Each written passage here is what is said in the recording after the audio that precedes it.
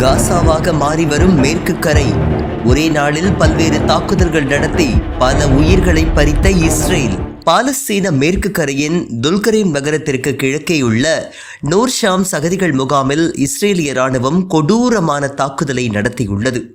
அந்த முகாமில் இன்று அதிகாலை பெரிய அளவிலான வெடிப்பு ஏற்பட்டு பலர் காயமடைந்துள்ளனர். அங்கு பாதிக்கப்பட்ட நபர்களை ஆம்புலன்ஸ் மூலம் கொண்டு செல்ல முயற்சித்துள்ளனர். ஆனால் நோயாளியை ஏற்றிச் சென்ற ஆம்புலன்ஸ் மீதும் துப்பாக்கிச் சூடு நடத்தியுள்ளது இஸ்ரேல்.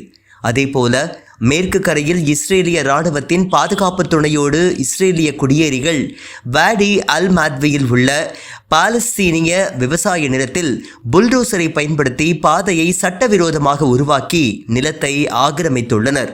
மேலும் இஸ்ரேலிய இராணுவம் ஆக்கிரமிக்கப்பட்ட மேற்கு கரையின் மையத்தில் உள்ள சால்ஃபிட் நகரத்தையும் தாக்கியுள்ளது.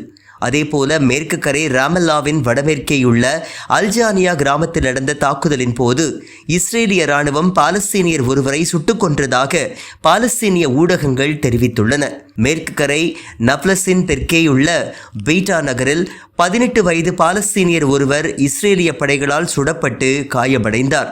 அதே நப்லஸின் கிழக்கேயுள்ள சலீம் நகரில் இஸ்ரேலால் இரவு முழுவதும் நடத்தப்பட்ட தாக்குதலில் 21 வயது இளைஞர் ஒருவர் தலையில் சுடப்பட்டு கொல்லப்பட்டுள்ளார். மேற்கு கரையில் இஸ்ரேல் ஒரே நாளில் பல்வேறு கொலைகளையும் ஆக்கிரமிப்புகளையும் செய்து வருவது காசாவின் கடந்த காலங்களைப் போல மேற்கு கரையை மாற்ற இஸ்ரேல் துடிக்கிறதா என்ற கேள்வியை எழுப்பியுள்ளது.